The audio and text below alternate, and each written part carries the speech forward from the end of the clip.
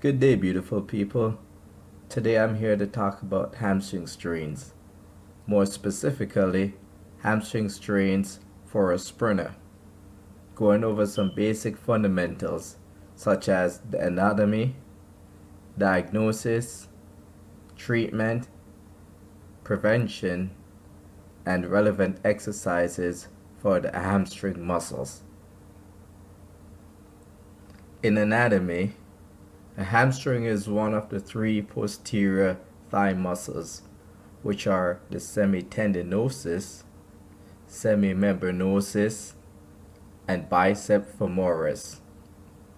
The hamstring is a single large tendon formed between the knee or comparable area. Its functions are to hip extend, knee flexion, knee internal rotation, and knee external rotation.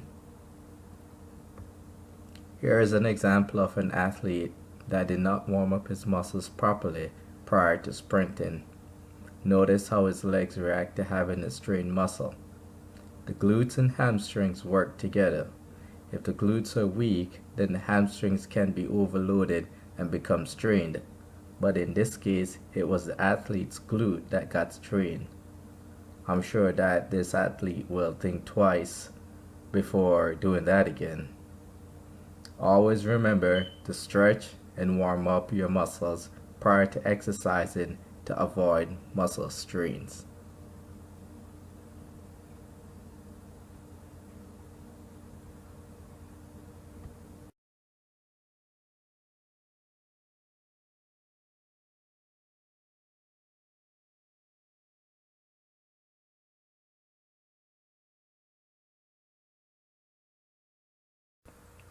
Using a foam roller can be both used as a treatment and a relevant exercise. The foam roller is used with the hamstring as a stretching exercise that it primarily targets the hamstrings to a lesser degree. This foam roller has different ridges that can be used for deep tissue as well. How do you perform this exercise is to sit on the floor and extend your legs over the foam roller so that it's positioned to the back of your upper thighs. That is the starting position. Lift your hips off the floor and shift your weight on the foam roller to one leg. Use your hands to help you. You relax the hamstring of the leg you're stretching. Roll over the foam roller from below your hip to above the back of your knee. Pause at the points for tensions for 10 to 30 seconds. And repeat if you have pain and inflammation in the other leg as well.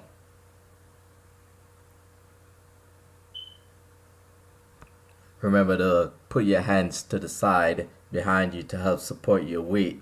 Move slowly so that you keep your leg on top of the foam roller at all times.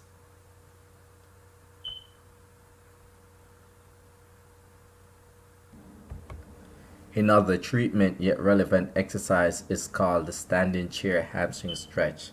This is performed by standing with one leg on the chair, bend forward at the waist until you feel a light stretch in the hamstring area.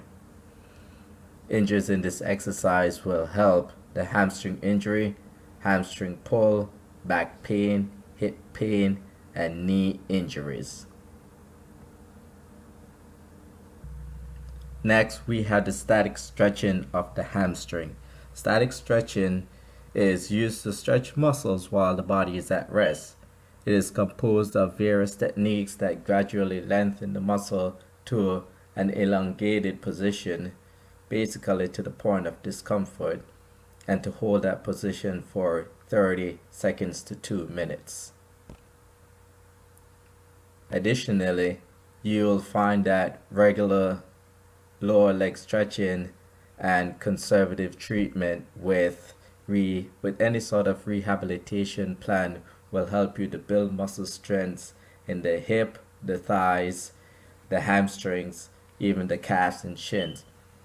Even stretching will increase mobility, range of motion, and help to speed overall healing.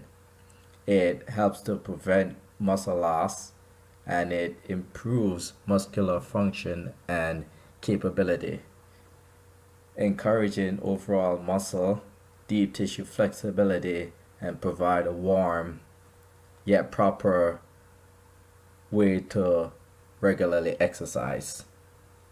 Not only that, just stretching alone, even just the hamstrings, will promote healthy circulation. A great way to prevent hamstring strains is to actually strengthen the muscles. So here the athlete is doing a hamstrings curl with a ball. So he's laying on the floor and he's positioning the ball so that when the legs are extended, the ankles are on top of the ball, and that would be the starting position. He's raising the hips off the ground and keeping the weight of the shoulder blades and the feet, flexing the knees and pulling the ball as close as he can while contracting the hamstrings. After a brief pause, he's going to return to the starting position. Not only does this help work the hamstrings, but it also works your glutes and calves as well.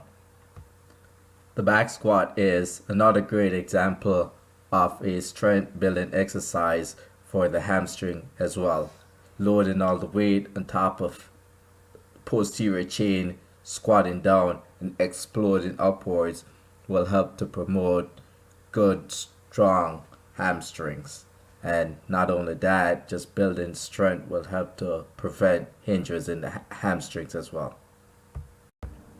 Here are some relevant information on some of the things that can contribute towards a hamstring strain: flexibility, strength, fatigue, core stability, architecture, and the biggest one is previous injury. So the biggest thing to me that stands out is the previous injury, because if you have a previous injury for a hamstring strain, you're more susceptible to getting another hamstring strain. So now let's check back with our athlete to see how he's performing after properly warming up and stretching.